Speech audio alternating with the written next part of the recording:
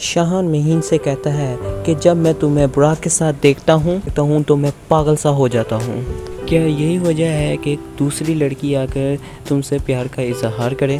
फिर शाहान मुस्कुराते हुए कहता है कि मेरी तरफ देखो कि मिसिस महीन जो बर्फ रानी की तरह काम करती है, तुम भी इस बात से जल रही हो ना?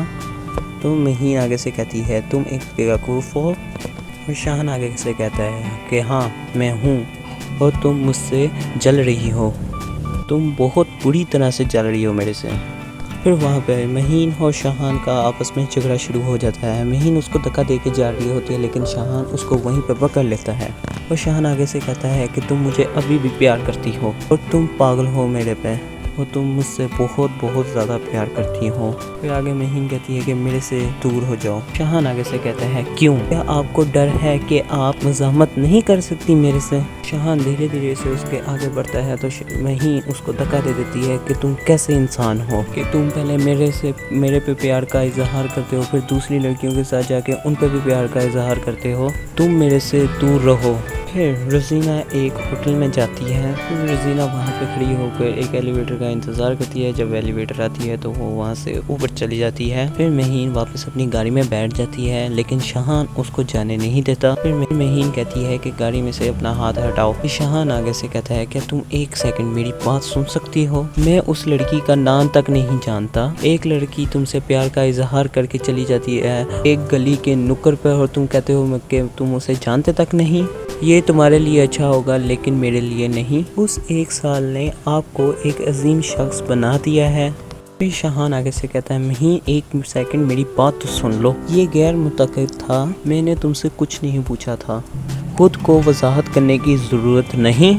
अभी सिर्फ मैं एक ही चीज़ चाहती हूँ, वो मैं अपने आशिक के पास जाना चाहती हूँ। दरवाज़ा छोड़ो। अब चाहिए कि हम एक दूसरे से झूठ बोलना बंद कर दें। ना तुम और ना मैं, हम किसी और से खुश नहीं हो सकते, देखो इसको। और फिर महीन आगे से जवाब देती है कि मैं बुराक से बहुत खुश हूँ। मुझे उम्मीद है कि आप भी उससे खुश होंगे जिसने आपको प्यार का इजहार किया, उसके साथ या और किसी के साथ। अब तुम मेरे से दूर रहो, बाकी आप पर मुनसर है। और शाहान आगे से कहता है क्या तुम यही चाहती हो? महीन आगे से कहती है हाँ मैं यही चाहती हूँ। और शाहान आगे से कहता है ठीक है, तुम क्या चाहती हो छोटी औरत?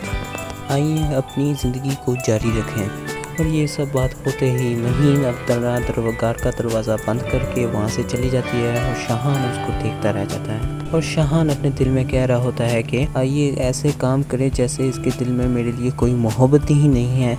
और महीन ड्राइव करते हुए अपने दिल में सोच रही होती है कि हाँ मुझे बहुत जलन हो रही है उससे, मैं पागल हो गई थी कि कोई और तुम्हें आकर प्रपोज क्यों करे। और शाहान अपने दिल में कहता है कि आखिरकार आपका गुस्सा दूर हो जाएगा, मैं ये कैसे भूल जाऊं कि तुम मुझे छोड़कर चली गई।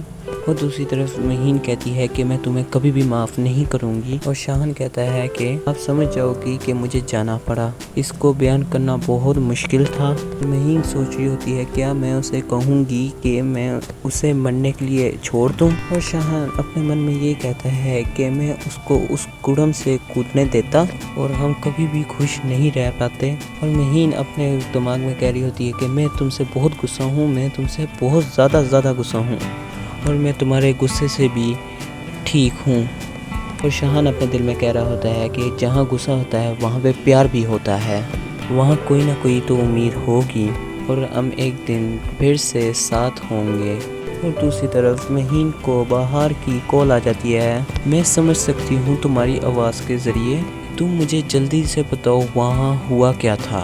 और महीन आगे से जवाब देती है कुछ भी नहीं, बस शाहान और उसका पागलपन। बाहर कहती है क्या तुम शाहान के साथ हो? तुम तो बुराक के साथ गई हुई थी ना? मैं वहीं पे जा रही थी तो मैंने शाहान को देखा किसी और लड़की के साथ प्यार का इजहार करते हुए। बाहर आगे से शौक होके कहती है कि क्या शाहान ने अपने लिए एक और लड़की देख ली है? और महीन जवाब देती है कि नहीं, उसने मुझे कहा था कि वो उस लड़की को नहीं जानता है। बाहर आगे से कहती है मैं तुम्हें नहीं समझ पा रही, तुम क्या बोल रही हो? महीन आगे से कहती है इसे नज़रअंदाज कर दें यहाँ तक कि इसके बारे में बकवास भी ना की जाए। महीन आगे से कहती है वैसे भी मैं अब होटल आ गई हूँ, मैं तुम्हारे से बात करती हूँ। बाहर आगे से कहती है 1 मिनट ज़रा 1 मिनट। महीन कहती है बोलो। महीन मुझे नहीं लग रहा है, मुझे नहीं पता यहाँ क्या चल रहा है। अब तुम गुस्सा हो शहान से और तुम अब बुराक के पास जा रही हो। बराए मेहरबानी कोई कुछ भी ना करना जिसका तुम्हें अफसोस हो, बराए मेहरबानी करके। महीन आगे से कहती है तुम पागल मत बनो, ओके शबा खैर। फिर बाहर भी आगे से शबा खैर कह के फ़ोन बंद कर देती है। रोजीना होटल के फ्रंट डोर पे बैठी होती है तो वो महीन को आते हुए देख लेती है और खुशी से जाके उससे मिलती है और वो उससे कॉफ़ी पीने का पूछती है। महीन आगे से कहती है मैं ज़रूर पीती लेकिन तुम्हारा भाई मेरा इंतज़ार कर रहा है, क्या वो ज़रूरी है?